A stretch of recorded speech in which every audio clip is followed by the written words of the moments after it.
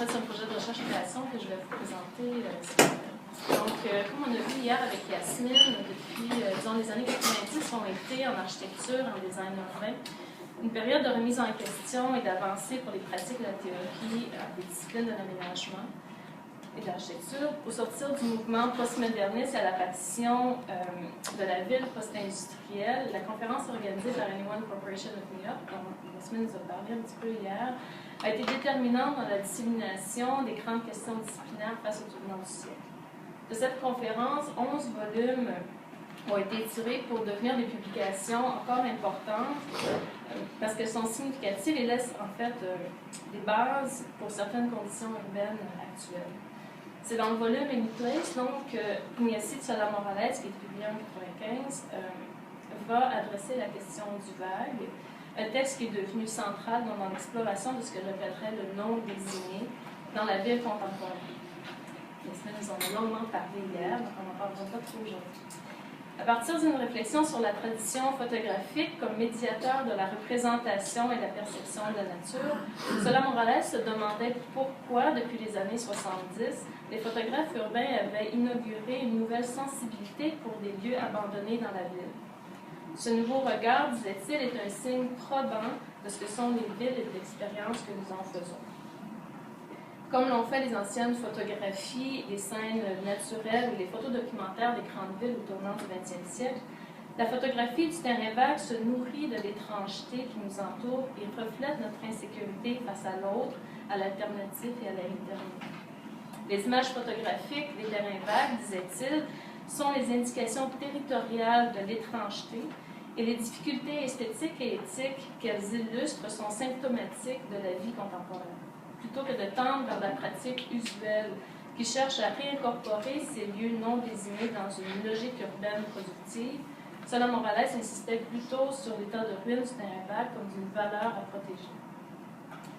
Les ruines du terrain vague sont depuis devenues un terrain fertile pour l'exploration architecturale et urbaine, comme le lieu de prédilection pour l'architecture temporaire. Un intervalle, nous dit Luc Lévesque ici dans la salle, dans lequel s'ouvre un paysage de possibles innovations techniques, constructives, paysagères, économiques, sociales, voire même programmatiques. Des collectifs comme Rome Labar à Berlin, ici à Montréal il y a 10 ans, Coloco à Paris, ateliers d'architecture autogérés à Rome, Athènes, à Paris, sont quelques exemples d'une très longue liste de nouvelles pratiques contemporaines d'une architecture en marge qui soulève l'opportunité qu'offre le terrain vague dans l'imagination d'une ville qui n'a pas toujours à être dictée par la productivité.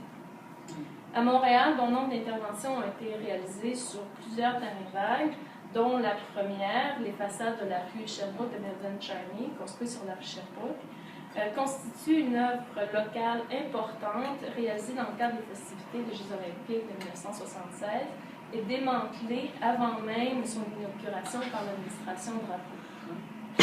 Cette œuvre symbolique de remise en question profonde des pratiques urbaines de l'époque est commémorée par des photographies de Gabor Szilasi qui témoignent à la fois du rôle que peut jouer le terrain vague dans la critique urbaine et architecturale et de celui de sa représentation dans la lecture du terrain vague comme lieu déterminant de la construction de la ville. Mais si ces architectures temporaires constituent une pratique architecturale grandissante, florissante et presque habituelle maintenant, et que le discours architectural autour du terrain vague est relativement abondant, la représentation du terrain vague demeure plutôt l'affaire d'autres disciplines, et plus spécifiquement de la photographie.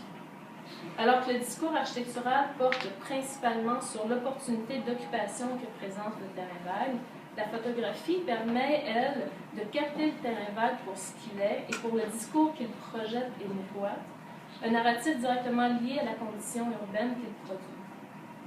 Depuis les projets majeurs de documentation systématique des grandes métropoles nord-américaines, tels que le Documérica, les photographes contemporains poursuivent un effort de documentation semblable et maintiennent un lien certain avec le discours architectural. On peut penser, entre autres, au travail de Kevin Bowman à Détroit avec son projet 100 Abandoned Houses, qui dresse un portrait à la fois mystérieux et triste des maisons laissées à l'abandon depuis la crise immobilière américaine, ou Chad Girth et son projet Empty Lots à Chicago, qui photographie en plan des stationnements abandonnés, lentement reconquis par la nature. Dans les deux cas, les images parlent des objets eux-mêmes, donc des terrains vagues, mais discutent aussi, et peut-être surtout, de l'état de nos villes, des forces économiques qui les produisent, de la relation qu'on entretient avec nos environnements bâtis et des lieux qu'on habite. Deux constats peuvent dès lors être faits. Tout d'abord, si la contribution de Solá Morales est aujourd'hui la référence principale sur laquelle s'appuie le discours architectural et urbain en ce qui a trait au terrain vague, un regard sur la représentation du nom désigné à travers l'histoire nous indique que d'autres exemples plus anciens pourraient enrichir le discours actuel. Par exemple, les appareils des grandes fêtes publiques des villes européennes du XVIIe et XVIIIe siècle, construites en bordure des villes, exploraient déjà le potentiel de l'indéterminé ou du non habité à faire la ville et démontraient par-delà la grandeur des appareils le rôle significatif du vague dans la construction de l'imaginaire urbain et architectural. En peinture, on peut penser à Claude Lorrain, par exemple, où le vague se mêle aux ruines et à la ville. Ces vues urbaines intègrent le non désigné comme une partie intégrante prenant place dans la ville passée comme la ville en devenir, pour développer une représentation dans laquelle il semble tout à fait naturel que des espaces autres côtoient la vie quotidienne. On pourrait ainsi avancer que le terrain vague n'est pas qu'un espace abandonné ou en attente de développement, une lecture qu'on pourrait dire généralisée, mais qu'il est tout aussi constitutif de la ville que ne le sont les lieux construits, et que c'est à travers sa représentation qu'il participe activement à l'imaginaire et au discours sur la ville. Plutôt donc que de considérer le terrain vague comme une anomalie à l'encontre de la ville, le vague sera plutôt une partie essentielle à la ville et qui permet de générer une lecture alternative qui est essentielle à la transformation possible d'un ville. Le deuxième constat est justement trait à cette représentation, à la question de représentation. L'architecture a depuis toujours imaginé la ville possible à partir de terrains vacants ou de ruines, et le terrain vague porte en quelque sorte la promesse du plein. Mais ce plein, comme on disait tout à l'heure, quel est-il sinon qu'une fabrication d'imaginaire, que la projection de nouveaux paysages urbains que l'on juge mieux adaptés à nos environnements que ne semble l'être la vacance des lieux, pour reprendre le joli titre de l'ouvrage de Philippe Bachignon. La représentation à l'échelle de façade à construire constitue l'instrument principal avec lequel les architectes sont arrivés à produire une représentation idéale de l'architecture et de la ville, comme d'un paysage urbain vers lequel tendre. La perspective a évidemment joué un rôle très important dans cette perception idéale de la ville, mais c'est la façade et le travail en plan qui a évidemment... je m'excuse.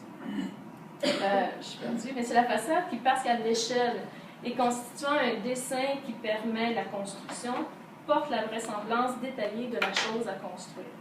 Si le dessin de façade nous permet effectivement d'accepter d'emblée la valeur de paysage ainsi proposée, il m'apparaît plausible de penser que le dessin du terrain vague, à l'échelle et en façade, pourrait constituer une forme de représentation qui participe à la valorisation du laissé-pour-compte et qui permette de percevoir les lieux ainsi représentés comme une construction possible de nouveaux regards sur le paysage.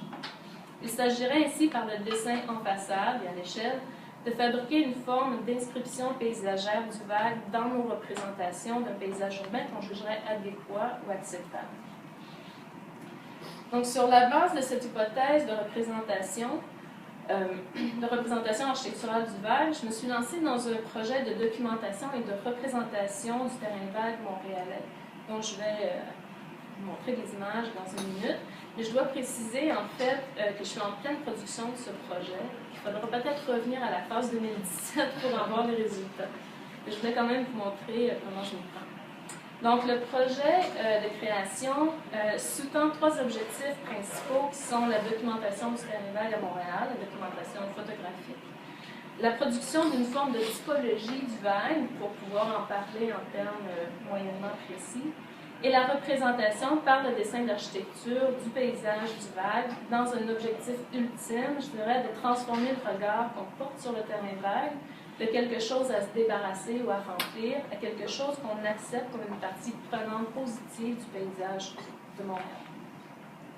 Donc, pouvant difficilement répertorier tous les terrains vagues de Montréal, ce qui m'apparaissait une tâche gargantuesque, mais aussi pas complètement utile, puisque de toute façon, comme on disait tantôt, les terrains vagues apparaissent, disparaissent au cours du temps. Je me suis plutôt lancée sur une ligne de traverse. Je ne sais pas si on voit les petits points rouges. Donc, une ligne de traverse d'est en ouest de l'île de Montréal, un trajet d'environ 50 km si on pouvait tracer une ligne absolument droite et sans détour, ce qui n'est pas le cas. Une ligne donc que j'ai marchée et où j'ai dû faire plusieurs détours, notamment à cause des clôtures Frost.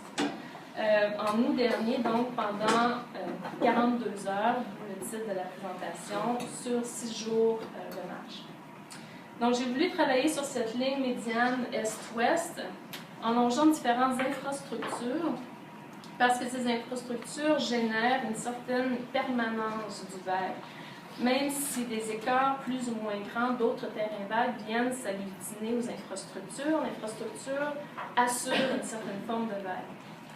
En réfléchissant donc sur ce nomadisme et à la résilience du terrain vague, je trouvais intéressant de traverser cette forme de permanence donc, du vague sur l'île de Montréal. Une temporalité longue qui pourrait passer pour de l'immobilité à l'opposé donc des tensions propres au terrain vague qui sont liées à l'abandon ou à la table rase en milieu plus densément développé. En dressant cette ligne comme une coupe longitudinale traversant l'île de Montréal, la marche m'a permis d'effectuer un tracé qui traverse à la fois le vague et de nombreux terrains vagues. J'apporte donc ici une nuance entre le terrain vague qui, à cause du terrain, s'inscrit dans un espace visible et défini, le vague, tout court, comme d'un espace d'errance à la fois sémantique et spatial, qui se détache de la propriété foncière pour s'ouvrir sur de réels paysages. Aussi, l'abandon du mot terrain au profit du vague permet d'engager plus directement la question de la représentation, en ce sens que, comme le propose le philosophe Bertrand Russell, le vague n'est pas vague en soi, puisqu'une chose ne peut être ce qu'elle est. C'est-à-dire qu'elle n'est pas plus vague ou plus précise que ce qu'elle est en réalité, dans toutes ses caractéristiques physiques. Une chose, une idée, un lieu n'est vague qu'à travers la représentation que nous en faisons, qu'elle soit langagière ou imagée. Il s'agirait donc d'une relation imprécise entre la représentation et ce qui est représenté, plutôt qu'une chose imprécise en soi, ce que le vague tendrait à vouloir impliquer. Le terrain vague n'est-il pas seulement vague parce qu'il ne répond pas de manière précise aux attentes que nous avons du paysage urbain, des valeurs foncières et des usages, alors qu'en fait, il s'agit simplement d'un lieu ou d'un non-lieu, c'est à débattre, aux délimitations parfois très clairement définies, qui appartient à un propriétaire, sur lequel poussent arbres et arbustes, où sont déposés des déchets, où des animaux et insectes séjournent, sur lesquels demeurent certains éléments des usages passés, etc. Il s'agit donc de lieux qui peuvent être décrits avec une précision exhaustive. L'objet du vague est en fait très précis. C'est notre représentation, donc, qui l'entraîne dans cet état d'incertitude qu'on nous prête. Donc, les images que je défile depuis tantôt, en fait, ce sont des exemples. Tous les petits points rouges sont des lieux que j'ai photographiés. Il y en a près de 150, 60 aujourd'hui.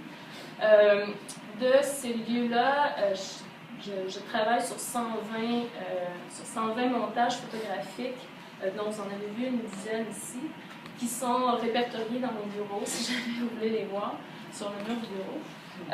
Mais donc, c'est une forme de documentation avec le collage qui permet, en fait, à travers l'image, de reconstituer une certaine forme de mouvement, de déambulation dans le paysage. Donc, cette lecture de la chose vague me ramène à cette histoire de représentation d'un paysage urbain inclusif du vague, avec la précision du dessin d'architecture qui à la fois décrit de manière très précise les éléments physiques qui habitent et constituent le vague, mais dans une composition qui, elle, est issue de l'imaginaire, comme le serait la façade d'un bâtiment à construire. Donc, je vous explique cette idée de précision, en fait, à partir de ces 120 photos-collages qui sont organisés dans l'ordre de déambulation d'est en ouest. J'ai organisé, en fait, une espèce de tableau, en fait, pour essayer de trouver comment est-ce qu'on pourrait avoir une typologie du terrain vague, donc pouvoir le décrire avec une précision à peu près correcte. Et donc, de tous ces photomontages, j'ai retiré ce que vous voyez dans les couleurs en haut, des éléments qui construisent le vague, c'est-à-dire c'est des arbres, c'est des jeunes arbres, des arbres qu'on a plantés, des arbres matures, des arbres morts, des fleurs, quelle couleur de fleurs, des herbes courtes, des herbes hautes, c'est carré, c'est rectangle, on ne voit pas les limites, est-ce qu'il y a des éléments de sécurité, des clôtures, des caméras, des travailleurs, etc. Donc il y a en tout, je ne me souviens plus, 100 quelques caractéristiques. Et les photomontages donc, sont organisés en ordre spatial, d'est en ouest, sont ici, en fait, j'essayais de voir comment est-ce que je pouvais spatialiser cette information. Donc, on a à droite le terrain vague numéro 1, qui est la pointe est de l'île, jusqu'au terrain vague numéro 120, qui est la pointe ouest de l'île. Donc, j'essayais de voir s'il y avait une transformation, en fait, dans le paysage en bougeant d'est en ouest de la ville. Donc, une fois qu'on met tout le truc, on ne lit rien, parce que chacun des points de chacun des terrains, en fait, est relié à chacune des caractéristiques qui sont en haut. Mais quand on les regarde un à la fois, et là, on ne peut pas très bien voir à l'écran, on peut voir, par exemple, qu'il y a de l'asphalte, bon, vous ne pouvez pas voir parce que c'est jaune, il y a de l'asphalte un petit peu partout, mais il y a de l'asphalte fissuré surtout au centre de Montréal. Donc les lignes jaunes sont comme surtout ici. Donc on peut voir que, je ne peux pas voir, mais croyez-moi sur parole, donc il y a de l'asphalte à peu près partout sur l'île de Montréal, d'est en ouest, mais l'asphalte fissuré plutôt au centre. Et c'est sans doute relié, en fait, aux autoroutes qui se croisent, aux terrains vagues, les bâtiments industriels qui sont là depuis longtemps, qui sont vides. Bon, je vais passer parce qu'on ne voit pas bien, mais on voit par exemple celui-là, c'est la topographie. Donc le terrain vague plat, il est partout sur l'île de Montréal, donc c'est très plat. Il y a quelques endroits où il y a des pentes ou des terrains accidentés, mais c'est relativement plat. On peut voir aussi par exemple que de l'industrie lourde, en fait ça confirme certaines connaissances qu'on peut avoir. L'industrie lourde est principalement dans l'est de Montréal. L'industrie légère commence à s'en venir vers le centre de l'île, alors que les bâtiments résidentiels qui sont près des terrains vagues est plutôt au centre vers l'ouest. Les terrains vagues sur lesquels il y a des commerces est plutôt dans l'ouest. Mais et là, on pourrait imaginer que les bâtiments en ruine et placardés et tout ça sont dans l'est parce qu'il y a des industries et tout ça. Mais en fait, j'ai rencontré des bâtiments placardés, surtout dans l'ouest de l'île de Montréal. Donc, avec cette affaire pseudo-scientifique, j'arrive en fait à tracer des éléments qui sont localisés géographiquement et qui me permettent après ça de constituer donc, ces dessins du paysage du Vague de Montréal. Donc, à partir de ces caractéristiques et des photomontages, il y a une série en fait d'études où je prends des éléments qui sont repérés dans une journée de marche, parce qu'en fait, si je reviens ici, il y a six déterminants géographiques, donc il y a est-est, est, centre-ouest, ouest et ouest-ouest, qui correspondent enfin à une journée de marche. Donc, les dessins, donc vous voyez les premiers croquis ici, sont en fait des éléments qui se retrouvent dans une journée de marche et qui sont repérés avec mon tableau pseudo-scientifique. De toi, les croquis? Oui, c'est mes croquis. Et donc, pour essayer en fait de constituer une façade du terrain vague ou du vague rencontré et des terrains vagues rencontrés dans cette journée-là. Et donc, c'est tout un travail en fait de mise à l'échelle des éléments. Parce qu'un travail de dessin de façade, c'est un dessin qui est en 2 dimensions, donc qui est à plat sur la feuille de papier, et où il n'y a aucun travail de perspective. Mais comme je voulais quand même que les dessins parlent en fait de la promenade et du paysage, il me semblait important qu'il y ait des éléments donc de distance dans le dessin. Alors, ces différentes études, en fait, ces premiers croquis, sont des essais pour voir comment, si on inclut plusieurs échelles de représentation dans un même dessin, on arrive à recréer un effet de perspective, tout en gardant le dessin en 2 dimensions. Donc, dépendamment, donc, quand il y a des lignes horizontales, surtout que je vais soit en haut ou en bas, il y a une transformation d'échelle, ce qui fait en fait que les éléments nous apparaissent plus près ou plus éloignés, donc divisant, mais tout est vraiment dessiné en 2 dimensions.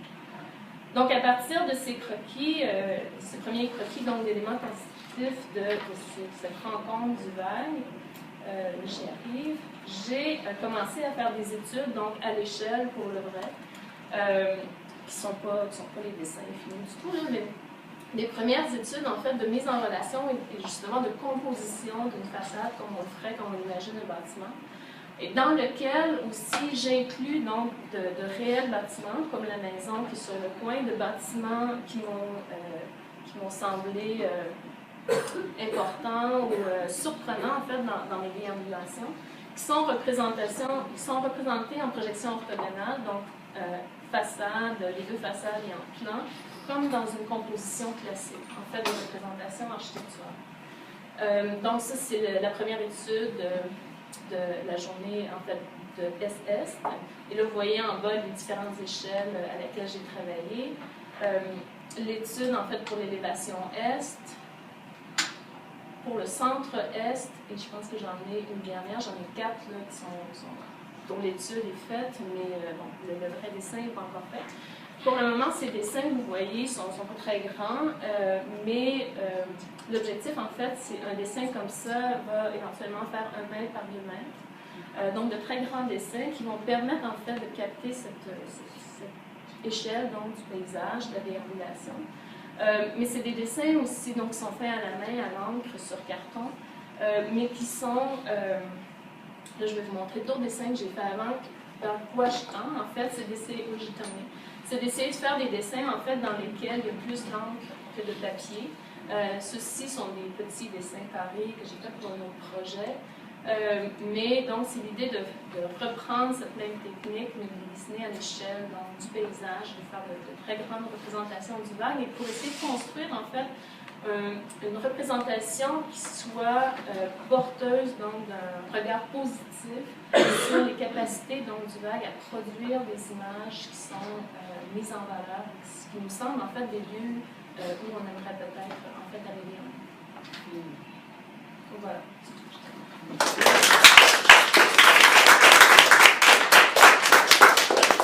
De communication passionnante. Merci beaucoup.